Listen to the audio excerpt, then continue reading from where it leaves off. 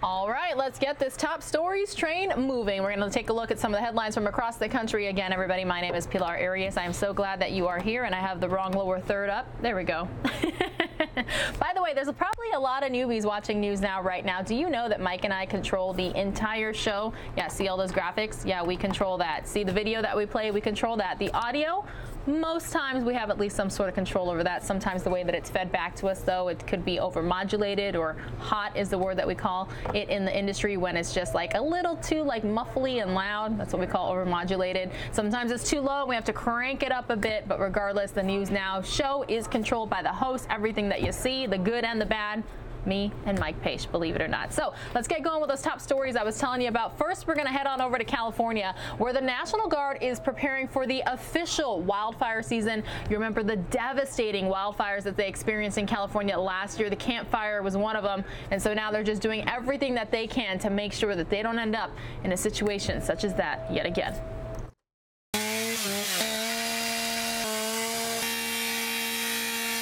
It's rough, grueling work. All day long, weather, rain, heat, snow. This is what they'll be doing for the next year. Through dense, rugged terrain. The motivation these folks have is just, I've never seen it. 20 soldiers with the California National Guard called in to help prevent wildfires in Placer County by clearing fuel breaks. Maybe the puller will be holding a piece of brush or something that the sawyer can then cut, and then they can pass it down the line. It's all part of Governor Gavin Newsom's 45-day plan to fast-track wildfire prevention projects. He called in these troops from our southern border, reassigning them to 35 programs across the state,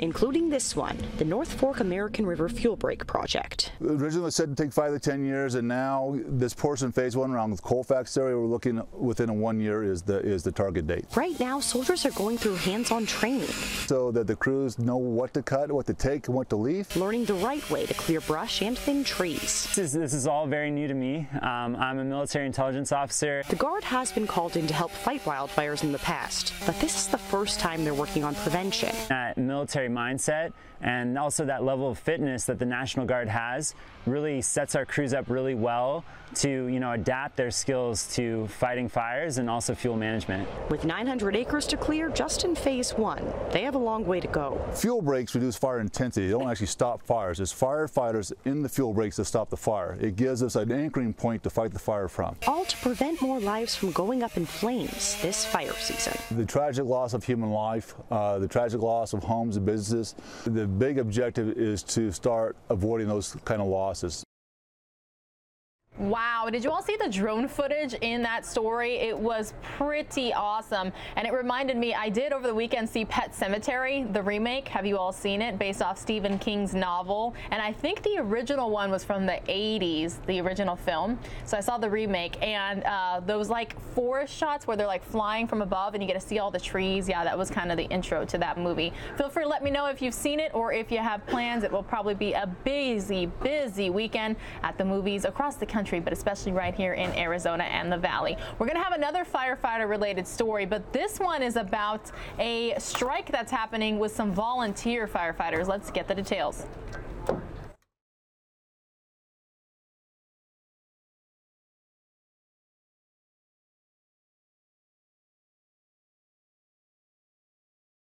Oh no, everybody. I'm not quite sure exactly what happened to the sound there, when and if I might be able to fix it for you.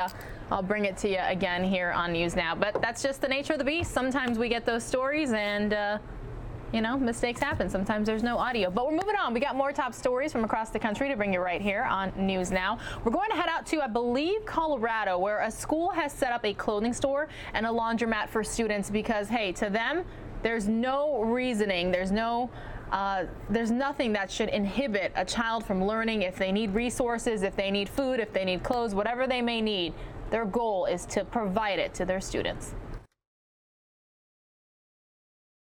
No one takes this, I'm taking it. This is a couple of girls gabbing at a clothing store. New future mayor. If we take the camera a little farther out, it still looks like friends in search of that perfect outfit. Is that a dress? Yes. What you can't see is this boutique with all the cute clothes they keep talking about. This is really pretty.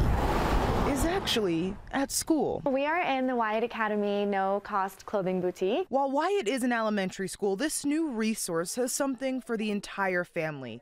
Baby sizes, men's options, shoes, accessories too. This has been a dream of ours for a long time. A dream that was needed here at Wyatt.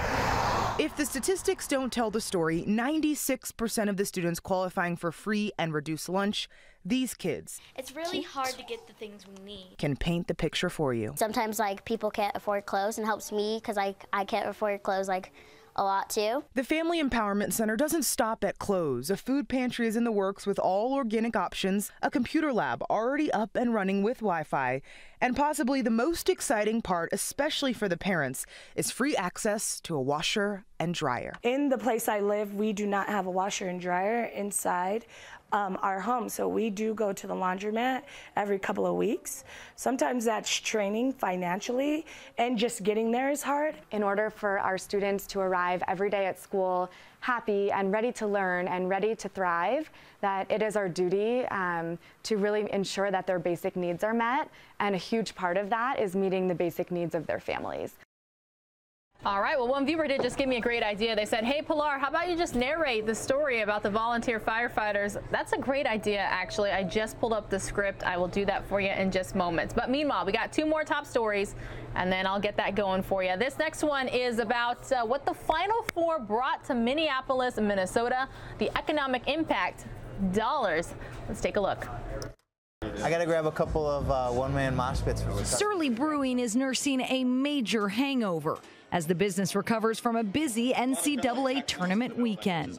Yeah, for that kind of business this time of year is completely unheard of. Despite not being close to U.S. Bank Stadium or the official events downtown, the Minneapolis Tap Room says the Final Four was a huge economic boost. In fact, Texas Tech fans ate them out of barbecue Sunday afternoon, while their pizza restaurant had one of its best days on record. I think we sold somewhere around 800 pizzas, which is insane for a little 100-seat restaurant. Yeah, it was just, the influx of people was just remarkable. At least one restaurant on Nicollet Mall said revenue was up more than 200% compared to a regular weekend. We feel at the local organizing committee like what we wanted to see, we saw, and then some. The Minneapolis Organizing Committee estimated the event would bring $142 million to the local economy. And while the final totals won't be in for another month or two, based on what they're hearing, organizers are confident. I'm confident that we will see a significant return on the investment that has been made by the city, by the stadium. And at Surly, they'd love to see another weekend just like it. All right, well, it's not quite Thursday or Friday, and for the non-news nowers, and I call the everyday viewers news nowers, thank you to each and every one of you. Thursday, Friday, that's what we call Thursday and Friday when we have animal-related stories. Thursday, Friday, right? Makes sense. Well, if you're flying in and out of Sacramento anytime soon, you might notice they have a few more 4-legged officers. There are some new officers reporting for duty at the Sacramento International Airport TSA security line, but instead of using metal detectors, these officers are using their snouts. The nose knows is what they always say, and it does. Meet Bella Bell and Quattro Quape. You'll probably see these 4-legged officers the next time you make your way through airport security. The greatest threat against aviation is explosives, and so if we can do anything to detect and deter that, it keeps the entire system secure, and that's why we're happy to have them as part of our team. The dogs trained with their handlers for months to be able to detect explosive devices. She gets a more excited behavior, and then her final is to just sit and stare at it. But to these dogs, working and playing aren't all that different. Only certain dogs really can do this. They have to have a drive to work, and they have to have a very special relationship with their handler, and that's what we see here with these dogs. She lives with me. She is my best friend at work and my best friend at home. It's those relationships with their handlers from the Sacramento County Sheriff's Department that sets this airport's canines apart. Sacramento is one of only 5 airports in the country to have a law enforcement handler working in the security checkpoint with TSA. And while they're making sure our airport is more secure, these dogs are also paying homage to one of the deadliest attacks in American history. She's named after a 9/11 victim, Nina Bell. Both dogs are named after 9/11 victims, reminding airport passengers just how important these canines' jobs are. They lost their lives, but they're not being forgotten, and they're able to continue to be there and with us and work with us, and maybe stop things from happening again. At the Sacramento International Airport, Olivia DeJaneiro, Fox 40 News. All right, Olivia, thanks so much for that. We are heading out to Julian, California now. This is actually in the San Diego area, and I'm going to narrate this story whose audio was not there, but that's A-OK.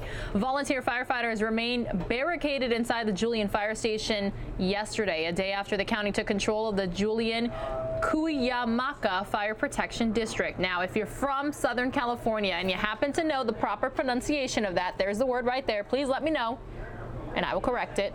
The county dissolved the Julian Fire Department Monday after the local agency formation commission voted 8-0 to implement the results of a March special election in the mountain community. That's according to the San Diego Union Tribune. A majority of voters in the district voted to have the county fire authority take over from the volunteers. But when a county transition team went to take over the volunteer fire station later that day, they found about 8 volunteer firefighters inside.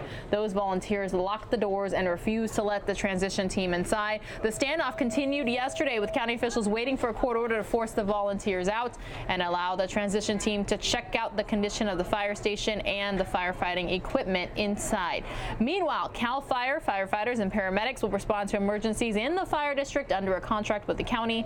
That again is according to the Union Tribune. A lawyer for the volunteers saying that a recent court decision nullifies the March vote. He told the Union Tribune that he planned to file a lawsuit on behalf of the volunteers to get a temporary restraining order preventing the county from taking control of the fire department. So a little bit of firefighting news, professional news happening in Julian, California, near San Diego. All right, if any news breaks across the country, you know that we are going to have you covered. But again, I would like to remind you, please like, share, and subscribe. Thanks for watching News Now, which is a part of Fox10Phoenix.com. We do this every day from 9 a.m. to 8 p.m. Arizona time. Again, my name is Pilar Arias. Mike Pace, another News Now host, and we are just very fortunate and happy that you all join us each and every day. And I will show you the Arizona weather conditions here in just moments, but we're going to take you out now. I believe this is Minnesota, where winter is holding on there. This is their version of the Arizona Department of Transportation. It's the Minnesota Department of Transportation. And just look at those highway driving conditions and all the snow and ice. Just be careful out there, everybody. If you happen to be in this part of the nation, feel free to let us know if you are. President should be arriving in about 25 minutes in Houston, Texas. We will definitely have that live for you here on News Now. Again, we are a part of Fox10Phoenix.com, and we'd really appreciate it if you like, share, and subscribe. Let your friends, your family, your coworkers, your neighbors, everybody you know about us, because the more people who are here on a daily basis, the merrier, and the more people we have to interact with on our YouTube chat. We also join the Fox 10 Phoenix Facebook Live from time to time when we have news, not just in Arizona, but across